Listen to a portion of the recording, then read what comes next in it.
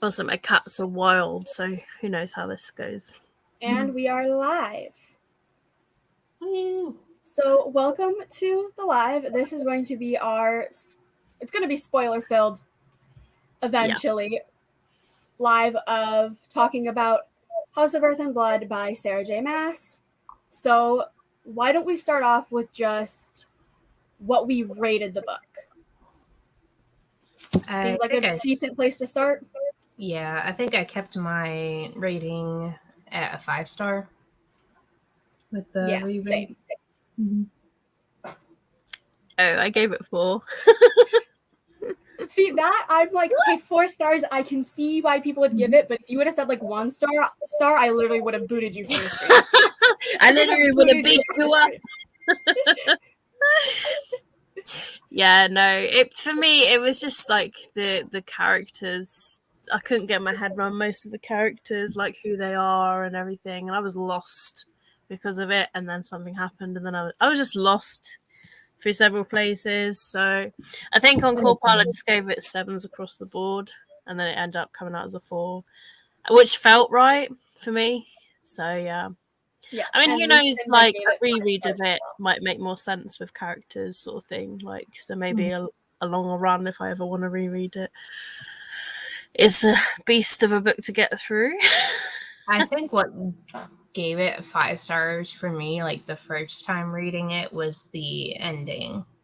Like the last quarter of it was probably my favorite part of it, which bumped it to the 5 stars.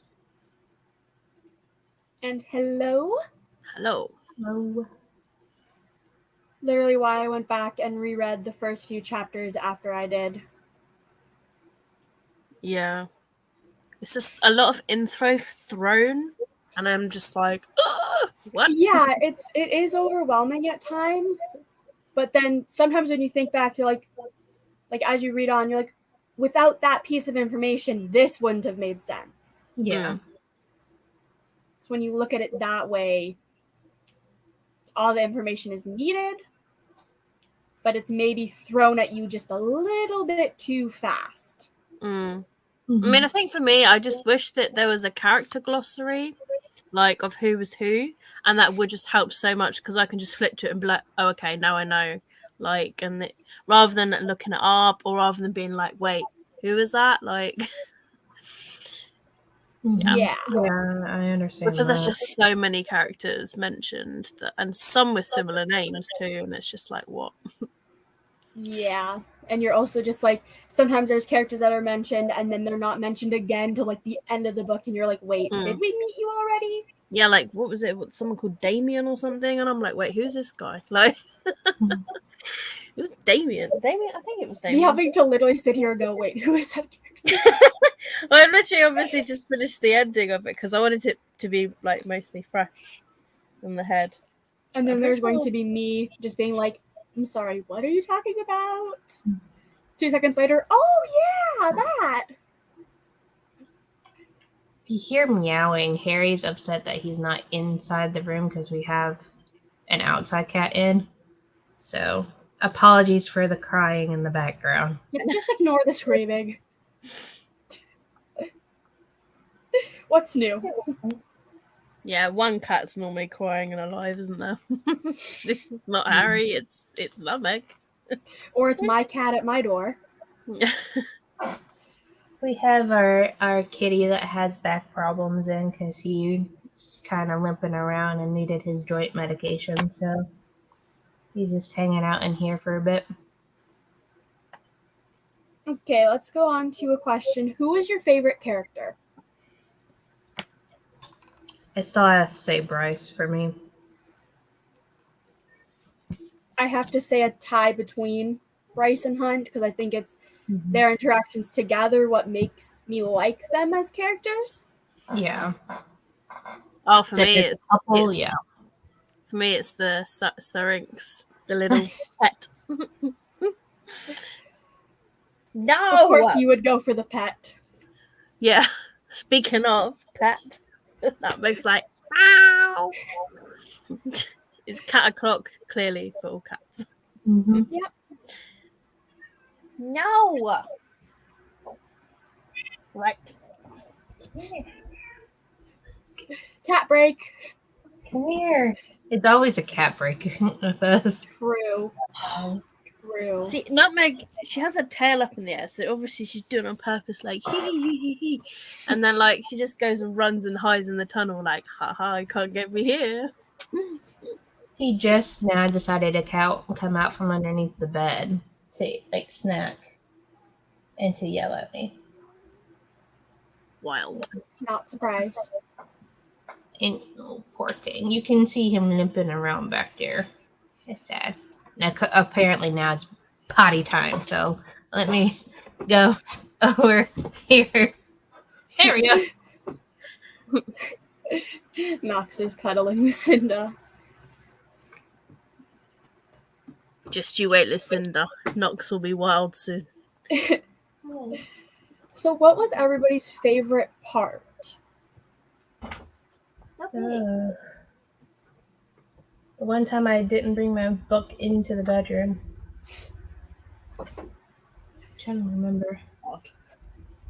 It's probably, I think it happened more in part 1, but I still laugh at the ponies. But I think altogether the fight scene at the end is just how much action there is. Yes. Yeah, that fight scene was really well done.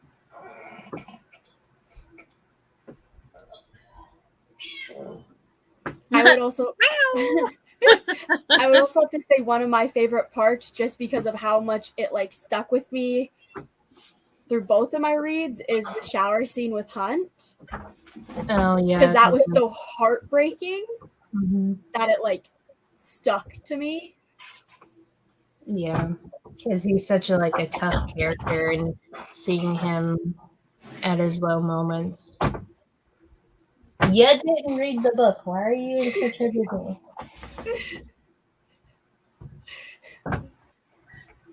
This live should just be renamed just like Cats.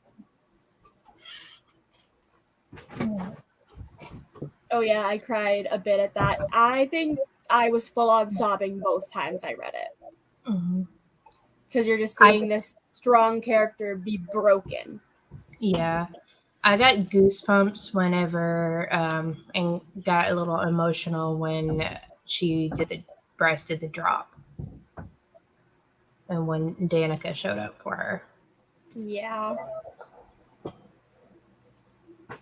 That was really good because it was like, how do I word this? It's like the one person that she wanted at her drop was there. Not in the exact way that obviously Bryce wanted, but yeah, it was still a nice like thing to have.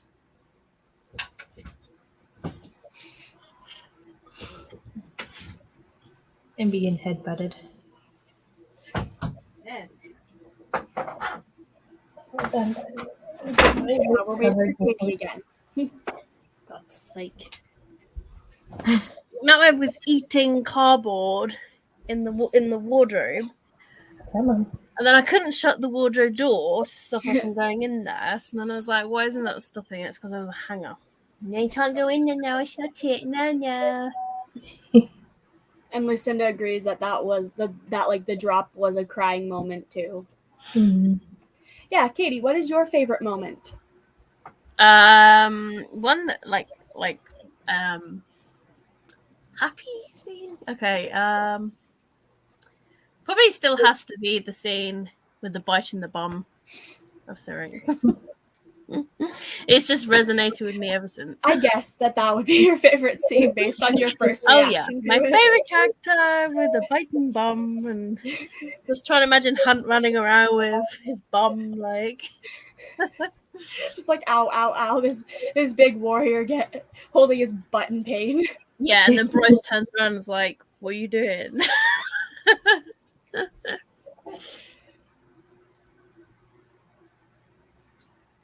And the next question is more of like, I don't personally have an answer, but I want to see if either of you do, is what is your least favorite part? anytime Sabine shows up. Yeah.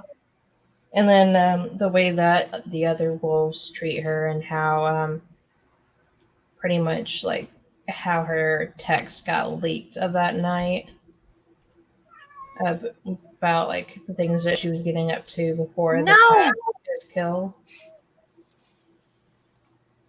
Come here. Lucinda says, I really enjoyed Bryce charging to help the slum areas. Yeah, that shows that, like, she is just a character that cares about everyone, even if she, like, doesn't have to. Mm-hmm. And the Micah powwow scene with the GDP killer gun. I'm trying to remember the scene. The God Killer gun. It's the one that is broken apart in I think 4 different parts, like the sniper rifle that her boss, I forgot the chick's name now, but her boss had in her office. Yeah. Harry, sorry you can't come in. That was like, also. Yeah, we figured you meant God. And I was like, at first I was like, I don't know what we're talking about. And then as soon as we had Sam said God, I was like, oh, that. I know also just a favorite scene is the vacuum. Oh, yeah. Her vacuuming him up. That was pretty funny.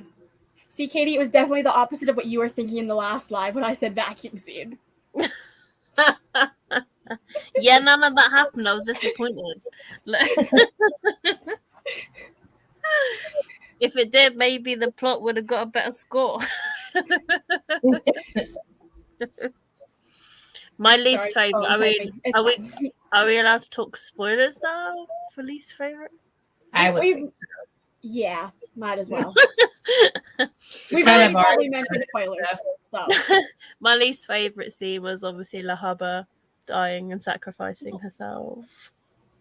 Yeah. That was going to be my question of what was the saddest scene, and I knew we were all going to say that. Yeah, saddest scene that I did not like because she should not have sacrificed herself. We were talking about like where you were in like the last couple of lives. I'm just like, oh, the heartbreak. She hasn't gotten to the heartbreak yet. Yeah, that was definitely like, oh God, like awful. Yeah, it was awful. It was awful, but also like you could tell that it was a not necessary moment, but it was more of like it was intended to make you sad, but also without her sacrificing herself, what would have happened to Bryce? Yeah. It was a definite turning point for sure.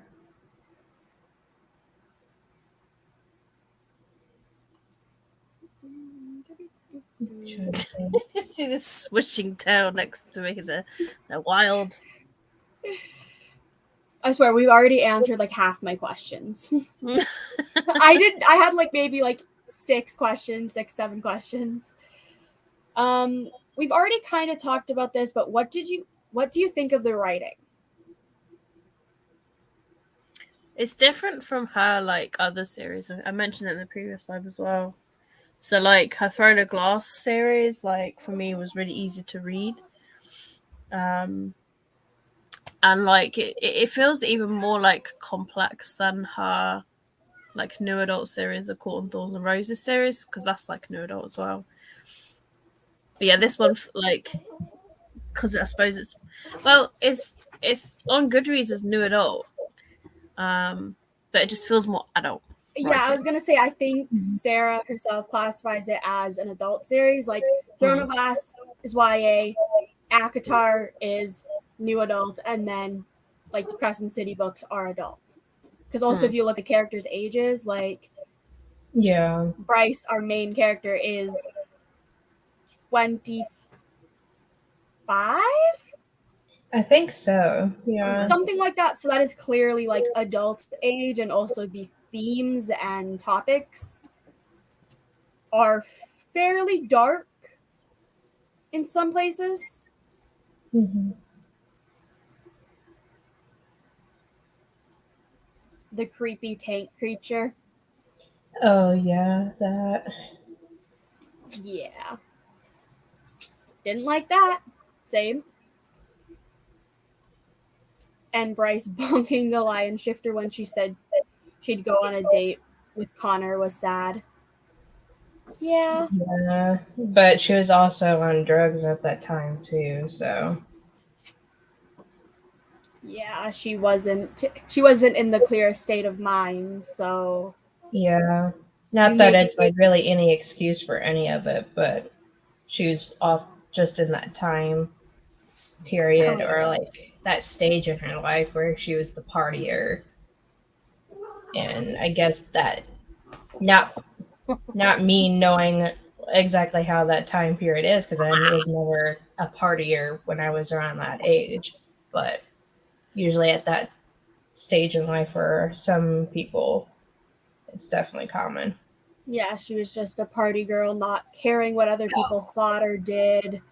Mm-hmm. Didn't really care about people's opinions on her. As long as she was having fun, that's all that mattered. And that is a realistic thing that many people go through, so it was nice to see that. But obviously, some of the things that happen surrounding that, you're kind of like, you should have made better decisions. But like also I didn't like the shaming part that came with like when the text did get leaked. I didn't like the shaming part of it because with the time period that it's set in, you would think they would be a little bit more sex positive about stuff. Just like in with Bryce herself, she's more sex positive. So having that kind of backfire on her a bit is kind of hard. Yeah. I tend to think of like the Crescent City world is at a similar stage in a lot of their things as we are. Mm-hmm. And in our society, we're still at that like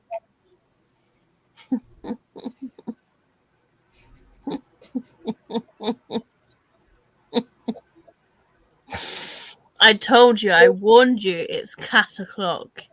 It will what happen. that took Knox would have heard 12 minutes Harry to happen? and Nutmeg and been like, yeah, I'm game. I'm gonna join. Yeah, that took maybe about 12 minutes to happen. I think Harry finally decided that like I'm not gonna open the door for him, so he shut up. He's no longer crying at the door. You'll just open the door, he'll just be sitting there pouting like, I don't like you. Saying, "Mom, why'd you lock me out?" Whereas Nutmeg and Luna now have the zoomy, so they're just chasing each other up and down the place. It's like, and then here's that noise they make. How about the I kind of like that in it there's a bit of like depression that's come across as well. Mm-hmm. Like, you know, obviously with the scene of like Bryce saying that she was gonna jump. And then like the scene with Danica where she was like, I can't live without you. I literally have nothing. I'm empty. I kind of liked that there was proper mourning in there. Mm-hmm. And then also the light PTSD kind of woven through there. Yeah.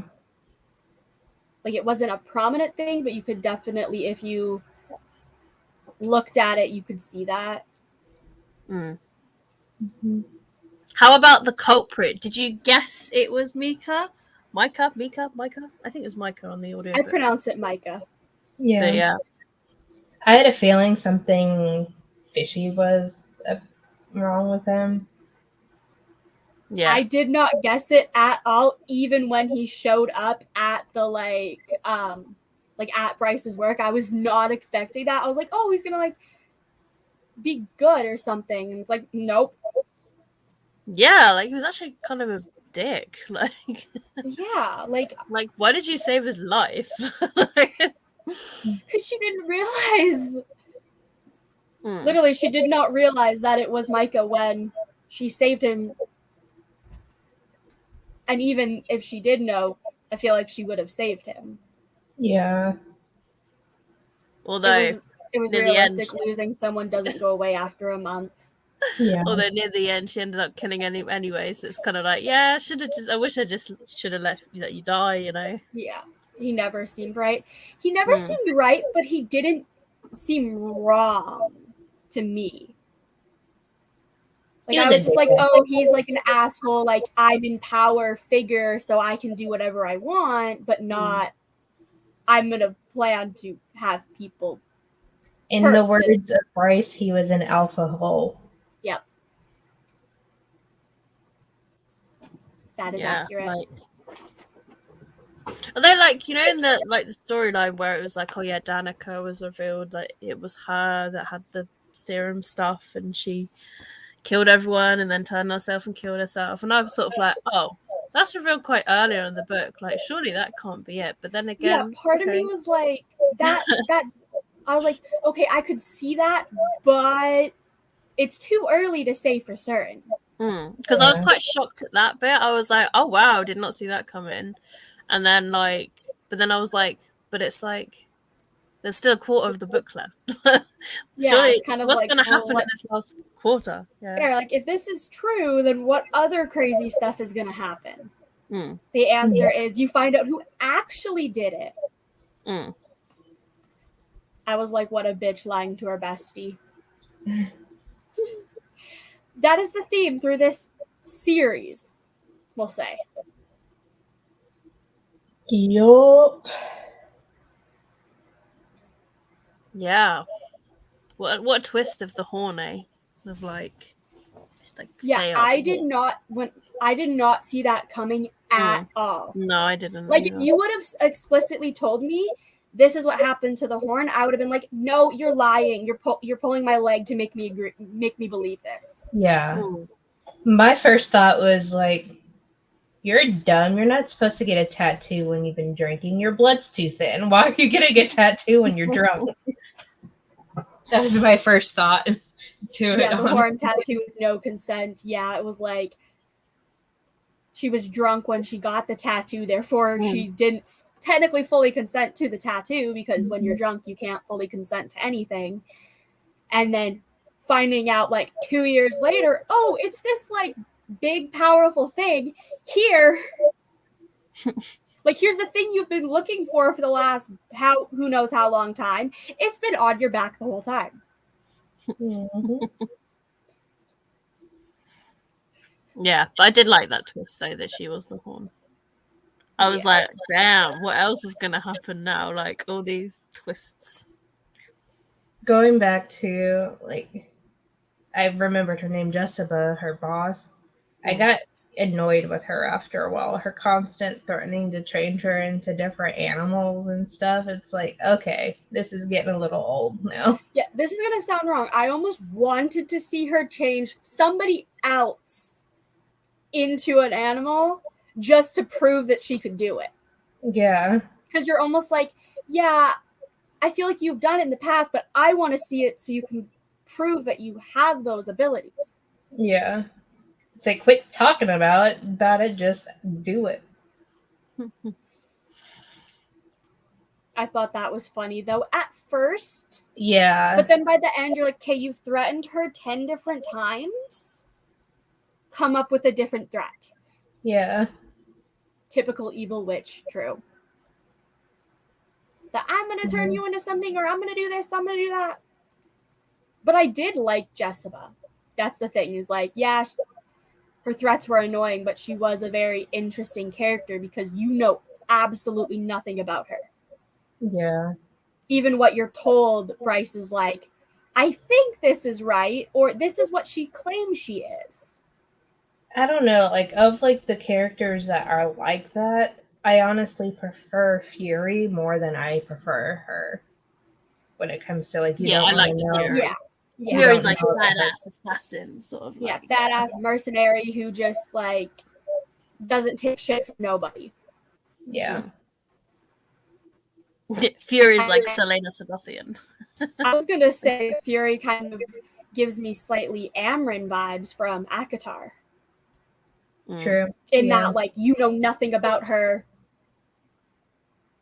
And I like that. I like when there's characters that you know nothing about and you're having to be like, okay, so we know there's all of this in this world.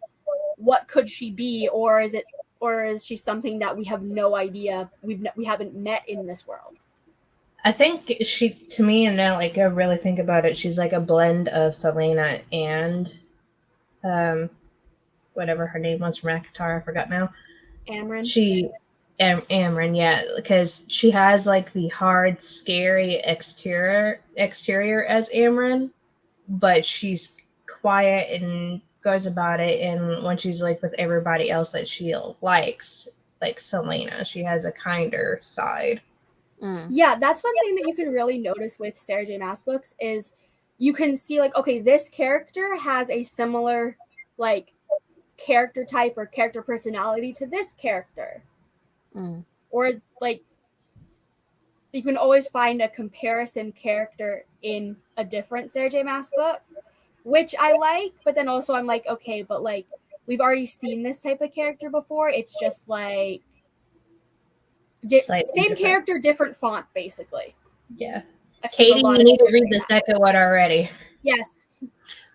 Because I want to say stuff, but I can't say stuff. I know. I'm like, you have to wait like either a month or 2 months, because like I don't know if I put it on the TBR for this month, but I don't think I can read the whole book in the month because there's like other books too. So I at least want to start it this month. You have till the end of May. Then we'll do. Because we did say, like, that was actually one of my questions is, are you going to do a sequel? When? And when can we do a spoiler live show about it?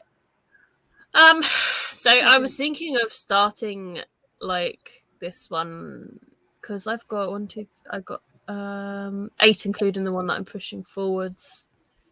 So, yeah, I probably might leave it. Because I want to obviously read the Spanish Love Deception.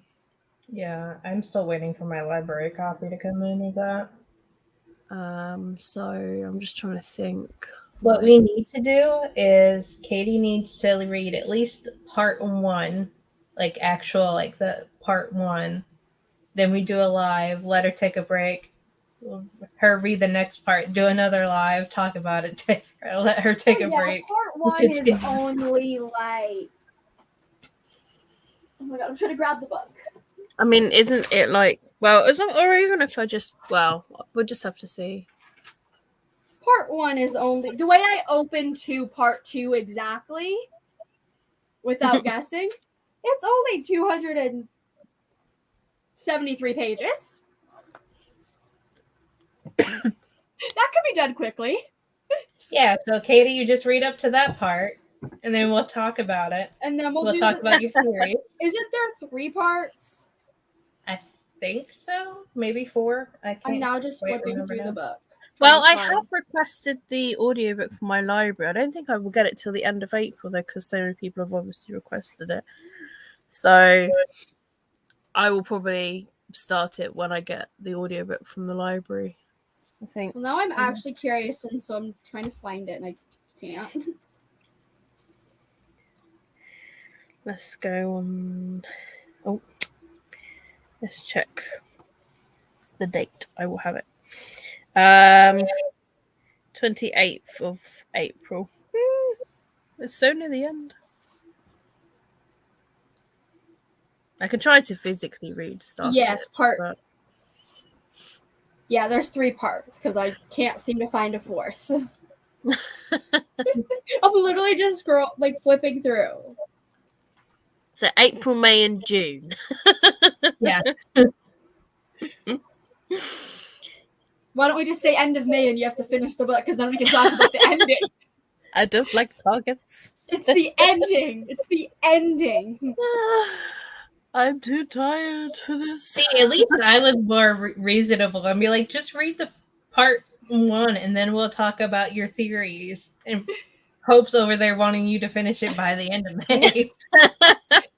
You're like the angels on the shoulder, like we can figure this out more, but I'm just like It's like, just read part 1 at your own pace, and whenever you're done, let us know, and then we'll like chat with you about your theories. That's what I. And then Hope's the devil on the other shoulder, like, you got to lend to me. Just throw your TBR out the window and read it. Yeah.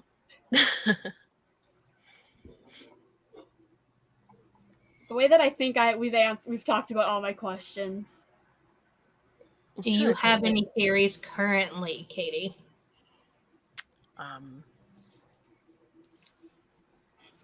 Can be as stupid and far-fetched as you think. Because I know I had a bunch of those. Fun of me. Oh, I had a bunch of theories that I was at the beginning of my vlog listing them out. I had to cut out so many because I'm like, oh my god, I'm an idiot. Why would I think that? Well, the last live, you guys heard my theories, and Hope was over there like grinning or trying not to say anything.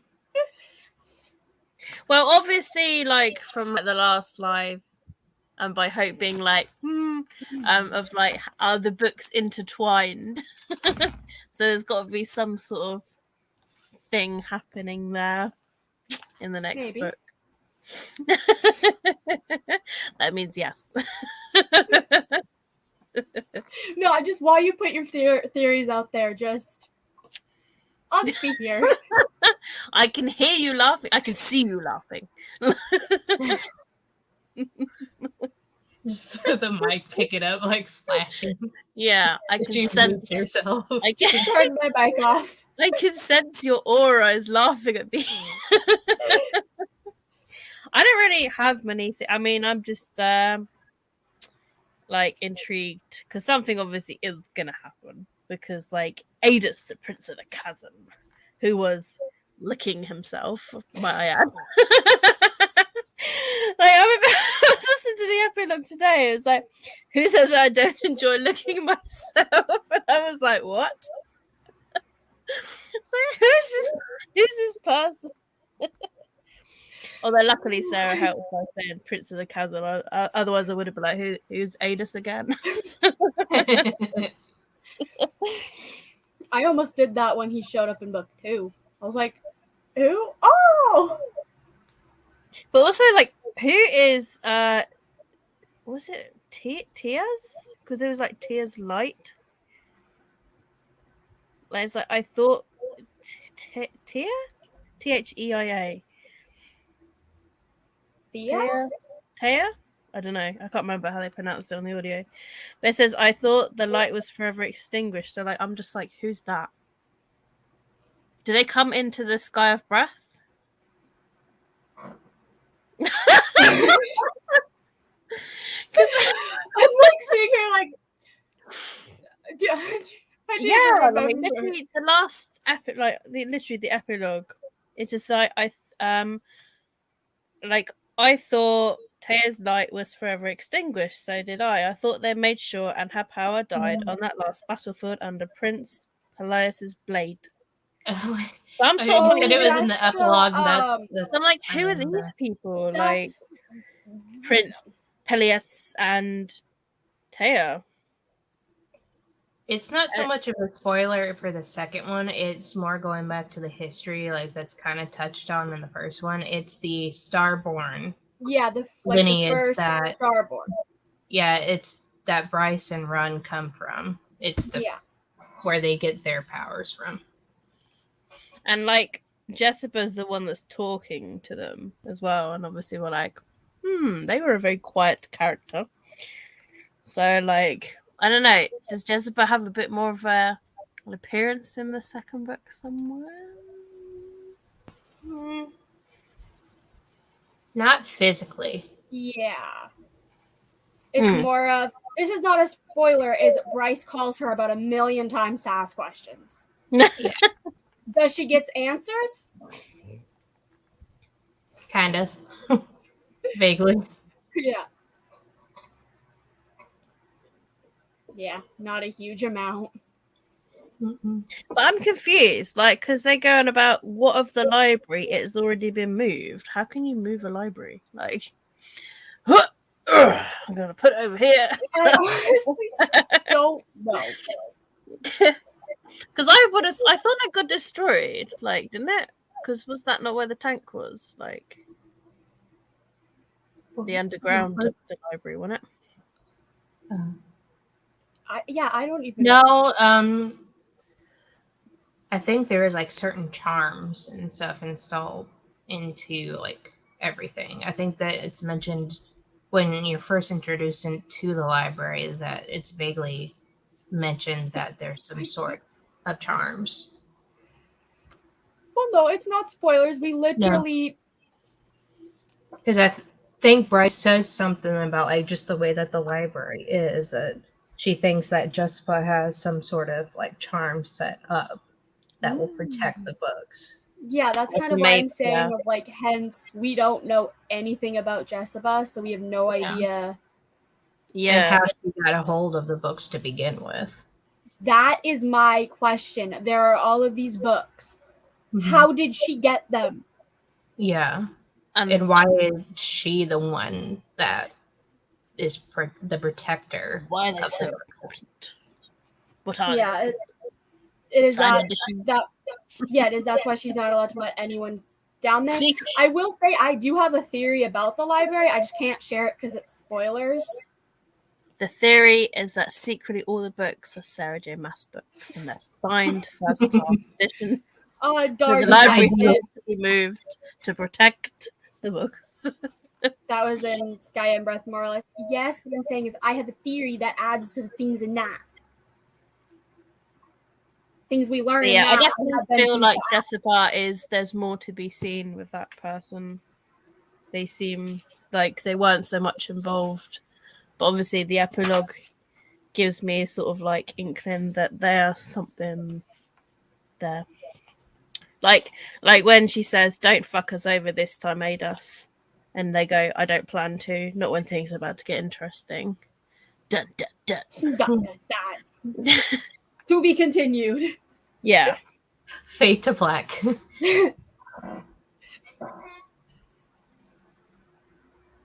So yeah. By that, I guess things are going to be interesting in book 2 because Ada said so.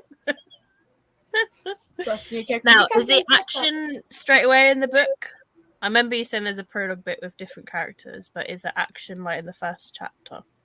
The prologue, or is it a nice slow start again of like, "Hi, Bryce. Hi, Hupt. Hey, how's it going?" Honestly, the prologue kind of threw me off a little bit. Oh, yeah. Yeah. Yeah, I remember you saying that you're like, "Wait, what the fuck's going on? Who the fuck are these?" Yeah. I could probably read the prologue and like just. Okay, no, read the prologue. We'll just sit here and read, and then you can tell us about the prologue. Yeah, but I don't know. Is it like 20 pages? You have to give me like 20 minutes. It's a pretty long prologue. Yeah. I mean, I have the book right here. I did like that some of Sarah J. Maas chapters were like 3 pages long, and I was like, "Oh, nice." It made like a nice break between some long ones. It is 21 pages. Okay, so 21 pages of pure confusion. I normally read like a page a minute, so yeah, it'd probably take me 21 minutes or roughly. Well, let's see at the top of the hour. With no interruptions. It is quite actiony. Lots of boom boom. Lots of boom boom. Or lots of boom boom. No, not the kind that you want. None of that. Yeah, it nearly happened at the end of the book, and then like didn't like her mum call or something. No, it kind of happened. Well, yeah, that part. Yeah, her mom. Yeah, they also got interrupted like during one spicy bit by his big giant boo boo on his back. Yeah, and then the healer after comes in and is like, "You can't do that." Oh yeah, I remember they're both just like, "Damn it." Yeah, like he goes like, "So like, can I have sex?" And they're like, "No." You could probably, he was just internally like, "I want to kill you." Yeah, because I remember like her getting a phone call from her mom being like, "I'm worried about you. Why didn't you contact me?" And she's like, "No, we didn't do that, Mum." I love the mom. Like, she's a very caring mom. Yeah. Yeah, I like That's her in the first one. Yeah. my thoughts change about her quite a bit though. Ooh. That's just my You know, thoughts I'm about just her like, change. well, what are your thoughts now? 'Cause Yeah, my thoughts are the same. I still like her. Like I like her right like in the first book. I like her, but they change after a while. 'Cause after a while, to me, like she gets a little bit annoying with the constant like fretting. But But maybe I mean, that's could you also be annoyed of her constant fretting because of like in a lot of the times in books, the parents are MIA or they're horrible. true. Yeah. That is one thing that I like is that there is a parent that cares about their child. Like over worries. That rarely happens. It's always the parents are dead, the parents are absent, the parents are assholes. Which in this case, yeah, Bryce's the father. dad's I was gonna say the dad's kind of one. But her mom is a nice I mom. love Randall though. I love how like calming Randall is. Like he calms her down a lot of the time. So that's why I don't immediately dismiss Bryce's mom.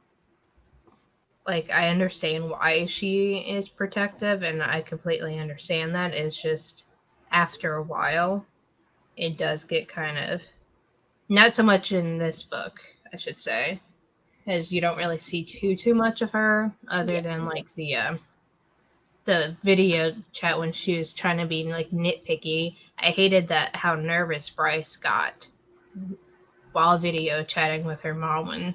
When you're video chatting with your parents, you shouldn't be super tense unless there is some past fighting history involved. So that's what made me kind of leery about Ember to begin with. Yeah, I never thought about that, really.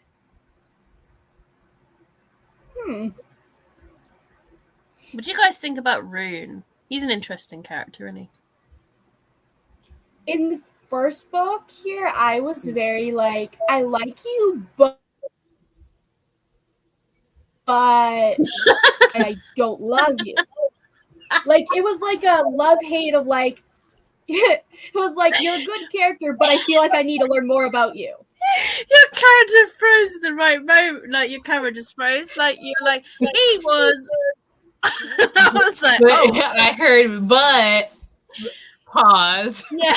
And then it continued. This is where it froze. I'm like,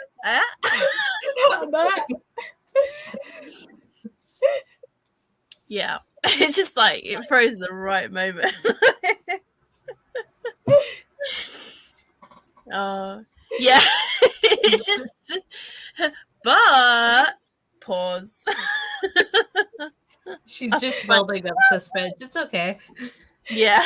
Yeah, just but and then like yeah. But well, obviously I've only read the first one. I just think he's interesting so far. Yeah. So. I just got the emo big brother. Yeah, that's exactly. But I do like how he's like kind of like protective and like piercings. Yeah, I really like their like Bryce and Rune's relationship of how it's like you can there's obviously problems, but they're both trying to be siblings. Is it fully successful? Well, he's more trying than she is. Yeah, like he's just kind of like I want to be in my sister's life, and Bryce is kind of more of like, I'll tolerate you. It's like, you hurt me, screw you, I'm not talking to you. I thought Rune did seem sort of all right to start with. Yeah, I was very like, okay, you're this character, here's kind of what you're going to be in the story, kind of like right off the bat, and I was kind of accurate. You're just kind of going to be like Rune just kind of being like there, and not that he didn't add anything to the first book, but it was kind of more of like he was just there. Yeah, to start with, I thought he was going to be a bit more evil. I don't know why. I had this thing, I was like, is he going to be an evil brother? like his like Ooh. trailing off his dad. I don't know what I always like. I had think this he's feel. trying to be the opposite of his father. Just in like that's the vibe that I got in the first book was like he's just trying to not be like his father. He's the rebel teenage emo boy with tattoos, swoopy hair, and piercings. No, that the rebel teenager. He's like 70 or something like that. He's old. Still can if in Faye times, because he's fully Faye, isn't he? Yeah, he's Faye and he made the drop. So he's but like technically he's it's still Faye years. He's like he's like the. I like always see him as like he's like acting like that early 20s when you're first allowed to like drink and do all the stupid shit. Yeah, I got mean, the fandom has like nicknamed like in both the books, I'm pretty sure, like Rune, Declan, and Flynn, like their house is like the frat house. Yeah. And when you think of that, you're like, yeah, okay, but then you remember, oh yeah, they are full-grown adults that are like older than they seem, and you're like, how long are you going to be in this partying phase? Feels like we've been doing this for like 5 decades. How long are you going to sit there and get high? Get high, drunk, throw parties. Yeah. That seems to be a theme whenever they're at the house. They're either drinking or getting high. Each to their own. I will say that. Not shit talking on them for that. It's just kind of more of like, you gotta grow up at some point, and that time just isn't now. No. The cat has opinions. But then again, like, like when I watch like American TV shows, and obviously 18 is kind of like the college year for you guys. But whereas for us, it's like 16. So we kind of go off to college a bit earlier. So for me, it's strange to watch, like, for example, I'm watching One of Us is Lying on Netflix, and they're all like 17, 18. Like, but they act so much younger. It's strange. Like, they're just like, drinking, drugs, and all that sort of stuff. But like, yeah, it's strange and interesting to see the difference. It is to kind of piss off his dad, but it's also kind of like there are other ways you could piss off your dad and have it work the same way.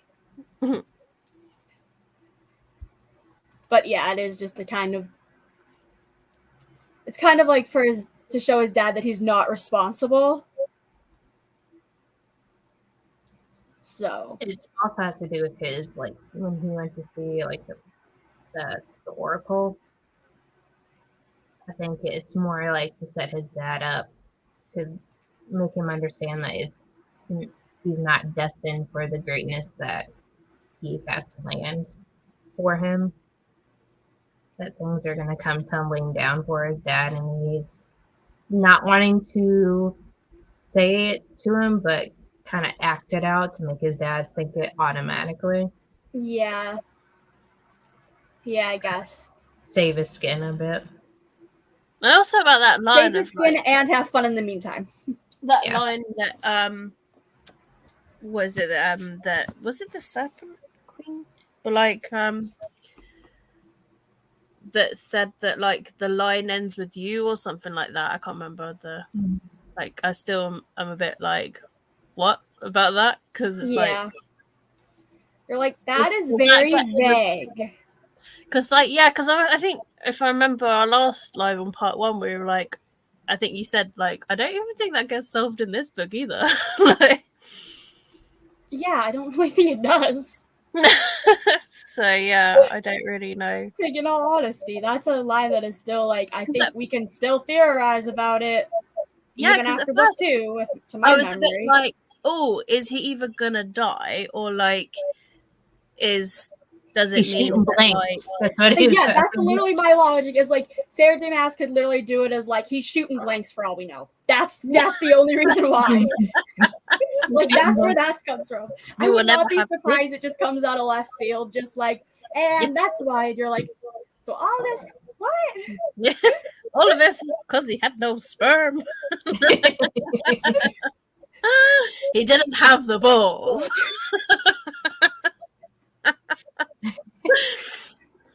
Yeah, I don't know. Do you know what I mean? It's either that he's going to die in the end, like, one's going to be the chosen one because they both got this power. Is it going to be that one is going to have to die for the other to survive? I don't know. It easily could be. Mm-hmm. Yeah, because it wasn't like a prophecy thing, wasn't it? And even him he was like, what? Like, huh? Yeah, never really got touched on in the last half of the book. That little bit. I think he was more relieved, though, because he doesn't want to become like his dad, so he's glad he doesn't have that pressure to, like, have an heir and mold that heir to something that his dad would be happy with. And him being afraid that he may have the traits like his dad instead of more like his mom. Mm. Yeah. I hope he finds someone, though. He seems like quite a nice guy. Yeah. Him and his swoopy hair. I don't know. Sometimes I feel sorry for him. Like, that he's helping Bryce all the time. I'm like, oh, I hope he finds someone. Yeah, he's like... He's Like, it would have been really nice when to you have... look at him with his, like, everything that he does, he's a good character. Like, flat out good. Like, Danica would have been nice or something, do you know what I mean? But obviously, rest in peace. Yep. For some reason, like, even though we get a description of Danica, like, I never picture her with white hair and the colorful streaks. I just picture her with really curly dark hair for some reason whenever, like, she gets brought up. I don't know why. I can picture her with the white hair and the colors because it reminds me so much of my cousin's hair because she has like bleach blonde hair and then like colored streaks that are similar. So I just imagine my cousin's hair. I don't know what it is. I think it's maybe because I have a hard time really kind of picturing characters. Just like they kind of appear like a faceless person to me half the time. So that was me with almost all of the new characters introduced in book 2. It's like I could not get images of them until like fan art started popping up like a week after I read it, and I'm like, oh, that's what you look like. That was not... I imagined you as a black blob. Yeah, this is Monica on the character site. Hang on, I'll try and get the white glare out. The white hair. And it's like I can imagine the hair, but like never like a face. She just has like a blob for the face and then hair. Yeah. There you go. There's a face. Yeah, that still doesn't help. I'm having the same issue because I'm still reading A Shadow in the Ember. I'm having the same issue picturing the main characters until I pulled up fan art to see kind of like how they're technically supposed to look like until like I have to see someone's rendering of it in order to like picture that character in my head, or they're just like pretty much like a Slenderman in my mind. Faceless. Oh, Ethan! I really liked Ethan, the character Ethan. Oh yeah. ITHA, the brother of Connor. I was like, oh, yeah. Even though he said some nasty things. Yeah, but then Bryce was horrible to Connor, sleeping with someone else. Well, they technically weren't together. They weren't together. No. She agreed to go on a date. Just because you agree to go on a date with somebody does not mean that you are dating and that you can't go and... See, this is where we need to put like the issue in like the Friends episode where Ross just is yelling, "We were on a break."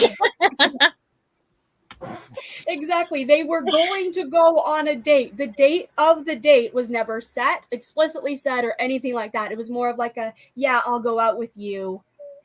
But he really sleeps with somebody a few hours later. Yeah, she didn't respond to his messages or something like that, didn't she, or something? Yeah, because she was too busy getting screwed in the bathroom of the bar.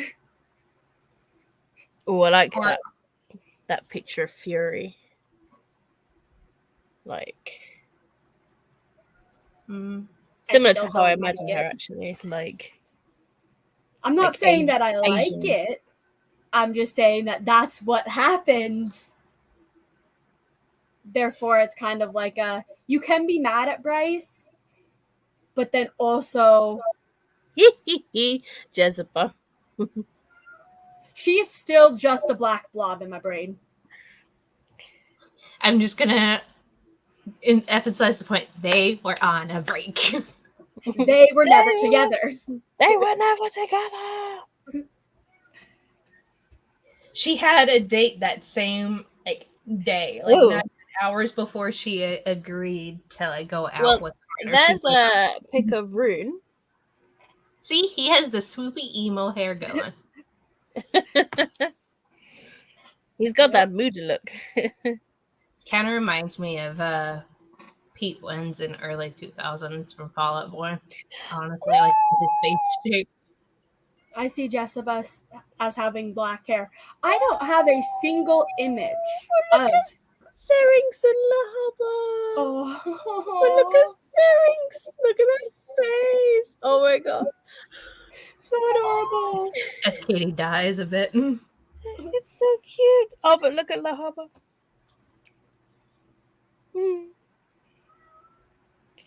Just starts being sad thinking of her death. Just.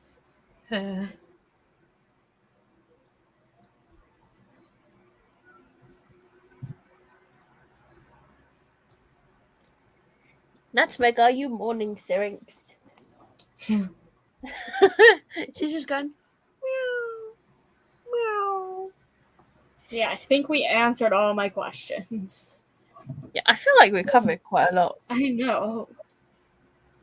Yeah, I'm trying to think, is there anything else? Oh, the twist about Hunt. It's him being like him and the Justin dude and the other, about how they showed up on the boat getting the first time I read that, I started crying and threw my iPad across the room going, no! Thinking that he actually was like, yeah, the one that like caused it all. And I know, I was like, oh my, I felt so betrayed. I was like, how could you do that? I loved you. Now I hate you. And then you realize the truth. You're like, oh, never mind. You're fine. It's okay. It was Michael all the time. Michael. I was just crying over nothing. Don't worry. Yeah. Give me 1 second. Someone rang the doorbell. Well, no, you don't turn the mic off in case you get murdered. It's Rosie. Rosie's like, hello, I have thoughts. Yeah. She's still got to read the book. I know. I don't know when she's going to pick up. She just said she didn't like the detective-y side of it. Of like, to be honest, they did go on about that horn quite a lot. Yeah, twisty. Where is this horn? Give me the horn. True. Like, it was definitely like, we have this one thing to find. That's it. They were just very horny. It was the husband and friend. Of course, Sam comes back on the horny. What? I wasn't even paying attention. I was saying on about the horn. I was like that. Rosie said that she put it down because the detective part of it of like, where is this horn? Who's got the horn? We must find out who killed. Like she said, it was too detective-y for Sarah J. Maas. I was like, it doesn't actually last that long, the detective bit. Yeah, like at first when I first started, I was like with this detective stuff. It was like it was an all new type of thing to me. So I was just kind of like, okay, this is intriguing. And then by the end, I was like, yes, this is nice. This is fun. I like it. I'm just interested in seeing if they will try to find a way to get the horn No. off of her back in some way. Freaking boys. This is what happens when you live in a house with full of boys. Yeah, this is what How am I happens the when only you... watcher? You should have just jumped on screen. Like, you gotta get a webcam and just join us for the next one.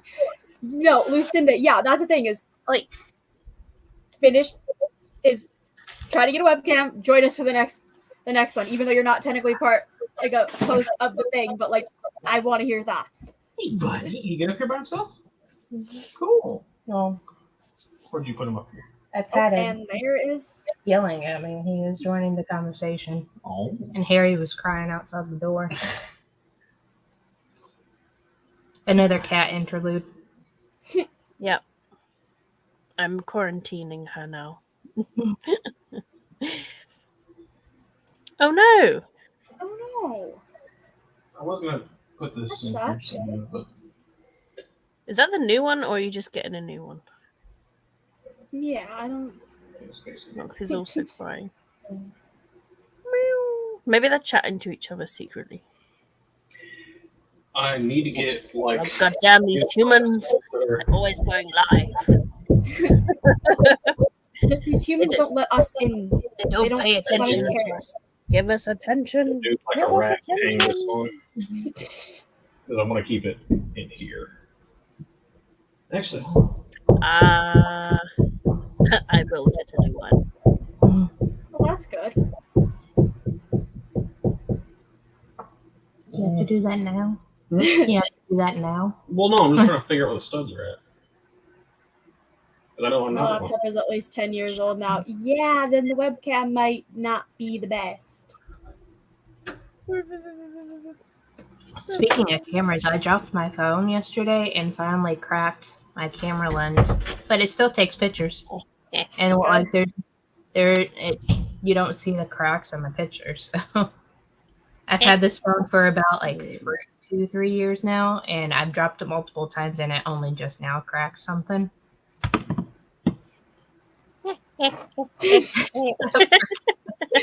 that I'm not the only person that does that to cats, where you just pull their jaw and you're Just like, make it's just their lip, like, but it's just like a little.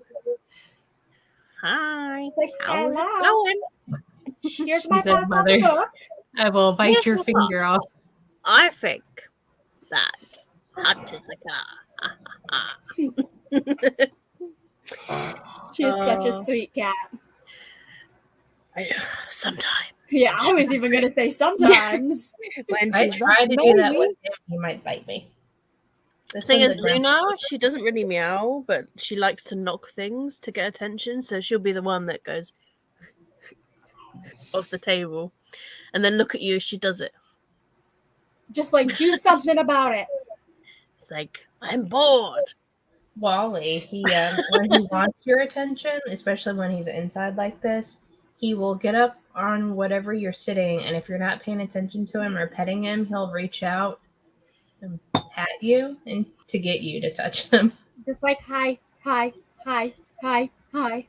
Yep. It's like, The moment hey, I ever come home from work, Nutmeg just flops on the floor like, hi. With me, Like, belly you're button. home. Yeah. And then she'll just lay there in that position, just watching me like, you gonna touch me?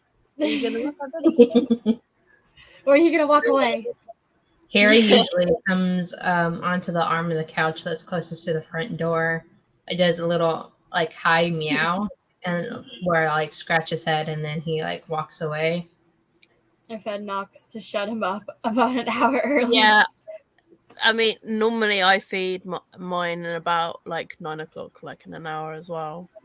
And I will resist the urge to feed them early, because the trouble is, the early you feed them, then they'll wake you up in the night.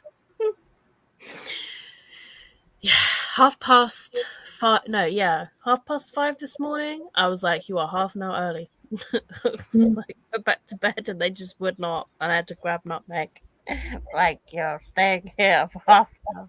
But then Nuna started like rustling bags, and I was like, for God's sake, 6 o'clock, they both laid on the bed with me, and I was like, now's your feeding time. So I was like, why now? They know. They just know. We have a bag of these little like pom-poms that are like in a bag with catnip. And I pulled a couple of them out earlier and tossed them into Harry, and he started going nuts for them. He just starts chasing them around. I've had to stop leaving biscuits down because he needs to lose weight. I mean, Nutmeg runs around so much that she burns it off. It's Luna's the chonk. But I can't stop Luna. Well, he's kind of gotten chunky with his old age, but that also doesn't help that he has back problems too, so he can't move around as well as he used to. No! What? Is it because I'm not laying down? She's obsessed with laying on me lately, like laying on my chest, my back, or my side. Because I'm sat up, she doesn't like it. He was 6.5 kg, and me having to convert that to pounds. I can't. I don't really. All the vet told me was just like, one of your cats is fat. I was like, I know which one that is. That is 14 pounds. Well, 14.33. It's like 2 stone. The vet said try to get him to 6 kg. No, one stone. What am I on about? 14 pounds in a stone. Yeah, 1 stone. Tis a chunky kitty. Chunky kitty.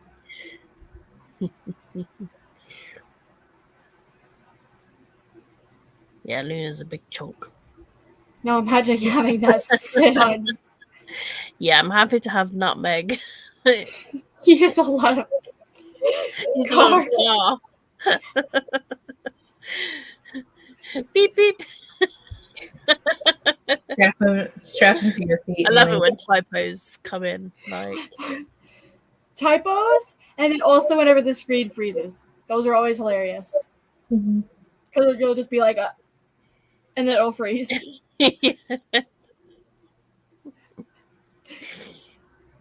Kind of like you earlier, like, really? Yeah, I mean, Wednesday came book 1, but it's like what? No, just one of these times you'll just see me be sitting there just like on purpose to make one of you laugh.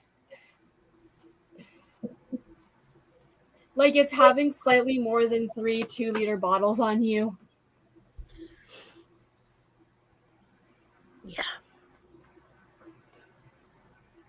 When are you planning on reading the Spanish Love Deception? Do you think the beginning, middle, or end of the month? I have no idea. No idea.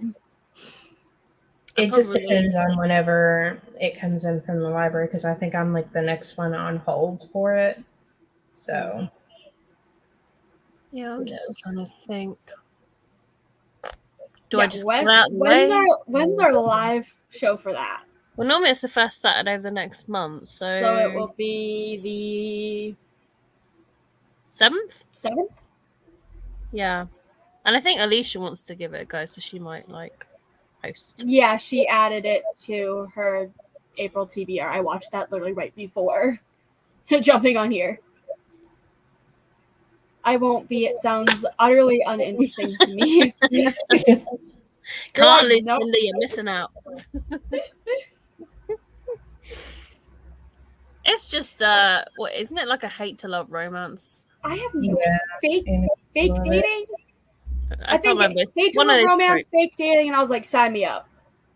Yeah. And the funny thing is, the second choice that I had for the book club, which was Ugly Love, apparently I'm buddy reading with 2 other people already in April, so I guess I'm reading it too. So yeah. That's all right. So I got my choice in a way. Yeah. And it's just not on my TBR. Yeah. That's all right. I only enjoy fantasy-based stuff. Fair. We just decided to do a standalone, contemporary to break up the big fantasy. Jade from JDA reads. I think she only reads like fantasy mostly anyway. Yeah, fantasy and then sci-fi sometimes. Yeah. Egg. I've read plenty of enemies to lovers fantasy romances. Same. Have you read From Blood and Ash, Lucinda? Oh, Because I'm rereading that this month. So I started with Shadow and the Ember and the prequel first, and then I'm gonna jump into the rest of it. I think I got like I reread book 3 and reread book 3 in that series last month, and then read book 4. I still need to read the second book. I'm still waiting for my library to get the new one, and they have yet to like get it in. So Unintentionally, though, I don't like the whole being treated like shit then suddenly in love. I don't blame The you. enemies to lovers trope is just it's a good trope. But in like every single book. I haven't. Katie should lend them to me. Oh, sorry, No. lend me them. I wrote that wrong. Get them on Kindle, you. You. Book stealer. You.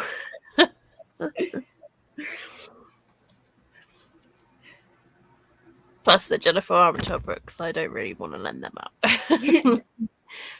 They're special. I just like all of her books. Yeah. Well, that's if we're jumping into like readathons for next month. That's a Sam pick recommendation for you from Blood and Ash. Time to reread them all. Even though I just reread book 3 last month.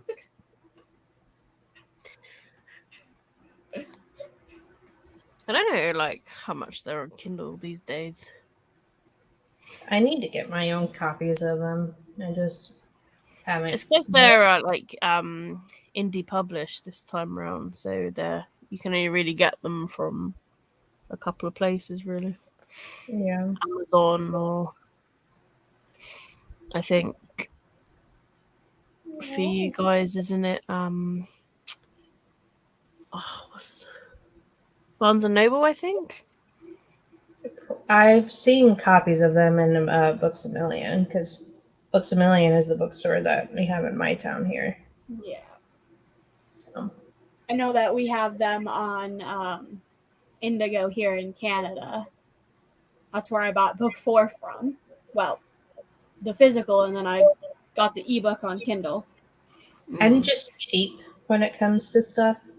I don't like paying full price for stuff. So whenever I go into Books A Million and book shopping, I always stick to their bargain book section, where they're like the most is maybe like $9 a book. So That's fair. I usually don't like paying full price for books, but sometimes you gotta. yeah. Well, the first book is $6.99 Kindle, or you can just splash out and get the paperback for $12.60. And apparently we have a book recommendation. It was pretty gross in places, but one of my favorite was The Kings of Miskatonic Crack by Stephanie Holmes. It's like a bully fantasy romance with some alien present in a high school and a bit of magic. I'm now adding that to Goodreads. Give me 2 seconds. Yeah, the one book I do not recommend ever picking up is a book called Hot Pterodactyl Boyfriend. Oh no, I've got that somewhere. It is terrible. Oh no. This is why I I end up liking it. Book. It's somewhere over here, so terrible. I only read it because Read with Cindy read it and said how bad it was, and I was curious about how bad it was. So at least I was prepared for how terrible. I don't know where I've got it, but somewhere. It's exactly how it sounds. There's a pterodactyl that is enrolled into a high school, and the main character falls in love with it. Or like the whole high school technically falls in love with him. It is. This reminds me of yesterday with Realmathon sprints on Melanor Reed's channel of and everybody reading it. Was it like the Ice Planet Barbarians or something like that? No, it was The Dragon's Bride by Katie Robert.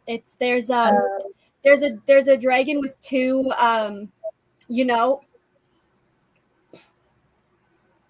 yeah. Guess who decided to buy it? Me. I mean, like with the pterodactyl one, I'm surprised I even finished that book, but it did not get a good rating at all. Oh darn, you didn't give it 5 stars? No, I don't even think it has very high ratings in general on Goodreads. The way that this is now, just like an in general, we're just talking about stuff. Yep. It's the best way to end a live.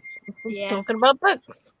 Yeah, if you haven't realized by now, we're not going to be talking about the book anymore, pretty much. I think we've pretty much exhausted the book. I know. can't It's say silly. anything that happened in the second Goodreads part. has changed some stuff.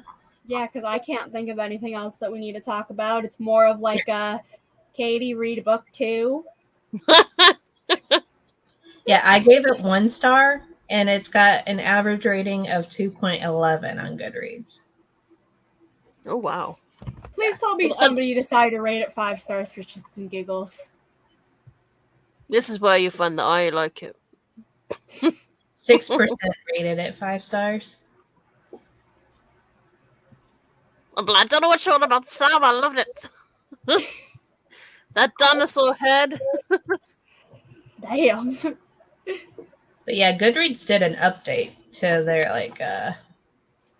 their book pages. Which is very strange. Katie, did you read Court of Silver Flames? They read what? To comment on screen. No. No. I was going to reread the second one, Mist and Fury. And I did start it I started to reread it last year, I think, again, and I got halfway somewhere, and I couldn't find a readathon to fit the prompt for it, so it got put down, sadly. Are you doing Realmathon? Yeah. What team are you on? Sorry. Realmathon, I am Bale. Great, we don't need to kick you out. Yeah. Are you Then both Bale then? Read that this month, and it will be good for Realmathon, because Bale's the fantasy romance, so. Or if you read... Not on the TBR! This? Yeah. Yes, that, however, is. Well, this would give you the extra 10 points. Because I think I've tried to put it towards the magical readathon as well. I've tried to fit them to prompts. I think for Realmathon it went towards the big book one. Possibly. Yeah, the big. Yeah, I mean, yeah, if you don't consider this a big book, we have to talk. Yeah. That's the reason why I'm 800 rereading. pages. Yeah, that's why I am rereading From Blood and Ash this month, because it fits for Realmathon. Yeah. Just like how apparently the third book in this series, this is not a spoiler at all, is supposed to be the biggest Sarah J. Maas book yet. Kingdom of Ash is 980 pages. Holy cannoli. So it would not surprise me if the third Crescent City book is 1,000 pages. Oh wow. Holy cannoli. Yeah, I saw that on an interview that Sarah J. Maas did, like a spoiler interview. And I'm like, the way that I was like, oh, it's the longest book, so it's going to be just a tiny bit longer than this. And then I was like, oh no, Kingdom of Ash is like 900 and some pages. That's going to need like 3 months for a book club to read. No, they'll just be me be like, oh yeah, everybody needs like 3 months, and they'll be like, I did it in a weekend. Yeah, chunky book. The 3 + 3 points I put it for.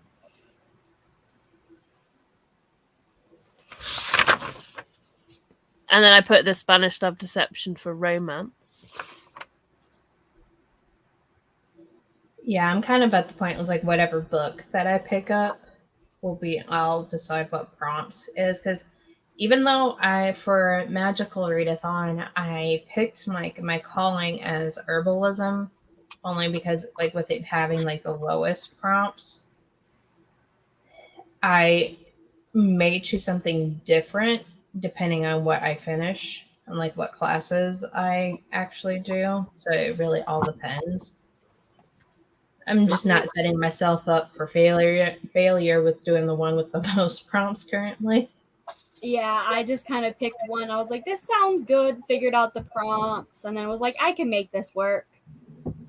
But I might go back and like at the end of the month after seeing everything that I've read, then I would go ahead and like be like, okay, it also fitted for like this book fitted for this class, but I didn't originally like have it, so that you get what I'm kind of saying of like, oh, this book might fit that class, but it wasn't a required class for what I chose. Mm-hmm. Yeah. Well, and it's like next month, I was talking to my sister about it after I had added her as an admin for the Discord, but she was telling me that what she's kind of leaning towards, like what type-wise, she's thinking about doing like an eclectic kitchen witch type. What I plan on doing anyway is just trying to do all the prompts possibly. Yeah, I was gonna say I'm thinking of doing like, because I'm already pissed off at my TBR with the second day of the month. So I'm like, I might do mood read May, and then just mood read books that fit all those prompts. Yeah, because then you can't go wrong. Since I created the readathon, I told her, it's like, since it's my readathon, I kind of feel obligated to try to do as many prompts as I can. And since I'm technically a high priestess, since I'm the creator of it, I might as well do all of it. So right now, I don't even classify myself as a certain type other than possibly eclectic, because it's a catch-all just in general. But yeah. I'm just having too much fun with the Discord just in general, so that I'm in it all the time already. So yeah.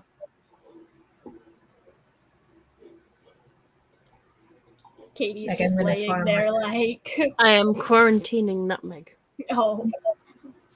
She was jumping at the curtains. I was like, nope. Little face, like, somebody automatic help me. Quarantine. I just see the eyes. The eyes are like, I crave violence. Pretty pissed off, aren't they? It's like, fuck's sake. Meow Meg. I just farmed some stuff in the Discord group and sold my produce for $87. I call her Butt Meg. Stop being a butt. Nutty Butt Meg. She's nutty. Aren't you? You're nutty. You're crazy. He's adorable. Crazy. You're cute though. She's cute when she settles though. She's like the cutest thing ever. She like lays on me like a chicken, and then she's all like, and you lay on her. She secretly enjoys being quarantined, I think.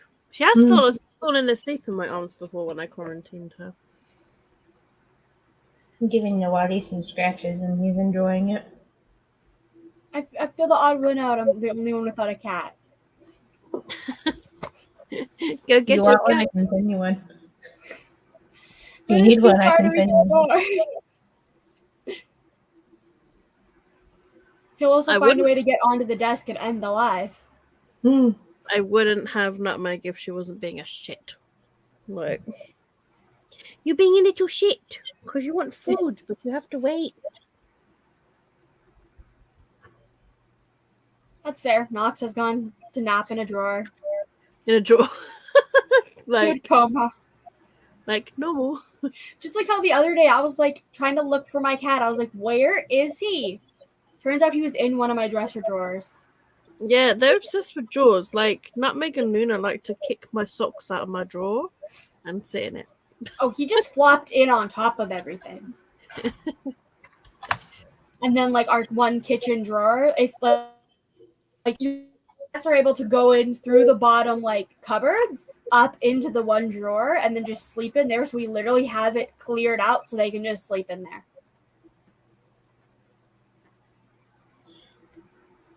I have a cat at my door. Katie, you need to check the Discord. Huh?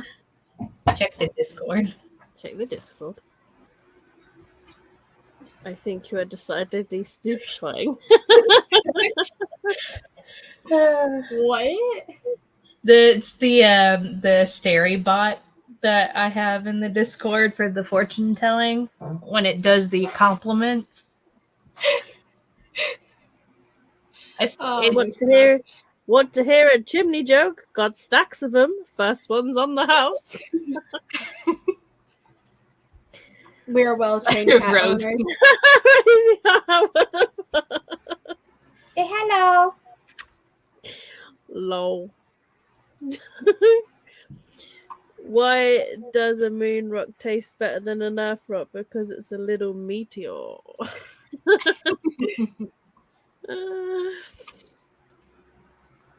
Oh dear. Rosie was born in 1908. I knew it. Oh gosh, she's over 100.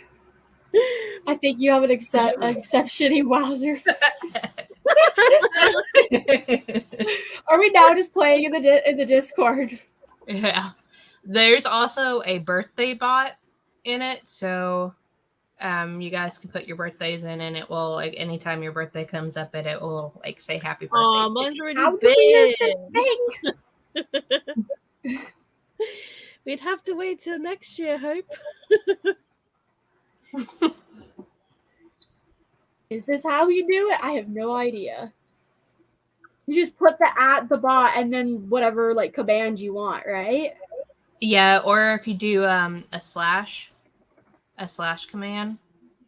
For me, whenever I type slash, it brings up the commands automatically. I don't know how it is for the rest of you guys, though. Oh, there! Wow. Did you hear the story about the cheese that saved the world? It was legendary. Legendary. Oh, yeah. My little fox. Oh gosh.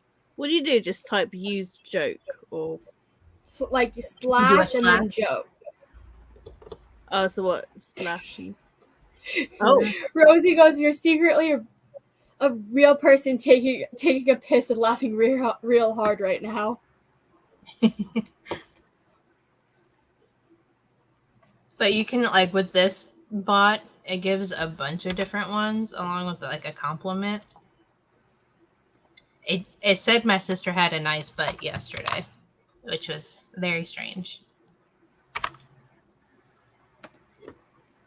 I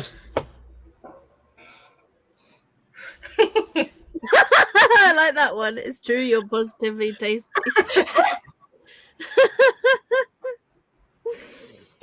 Katie.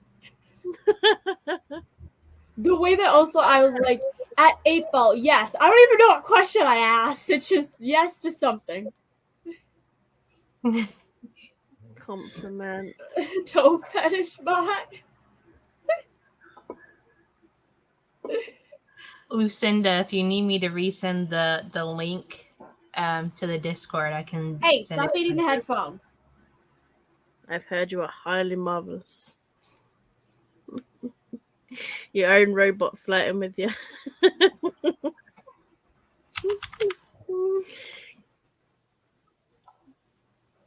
What else can this thing do?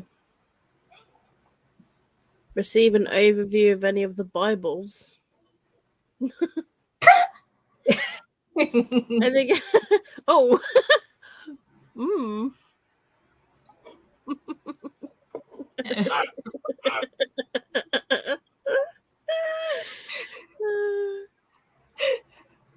It's alright, I don't need more things to distract me. The way that Lucinda has no idea what we're even laughing about. But it's so much fun. I Just had end the Kim, live and we'll keep on doing this for 3 hours. I had Kim cracking up last night when she was doing sprints on her channel. I really need to make food right now, for example. Well, then I feel like we've talked about everything. We're just now playing with the bots and in the Witchathon Discord. So I think we'll end the broadcast and do the rest of this. I can't believe you have an extraordinarily bewildering belly button, Rosie. Oh my gosh. Sorry, Nutmeg, that was a bit loud. Yeah, I think that's a cue to end the live because we're now ended up in weird territory. Yeah. I laughed in Nutmeg's ear. Sorry. Belly buttons. So I think I'll end the broadcast now because we're just now crazy. So bye.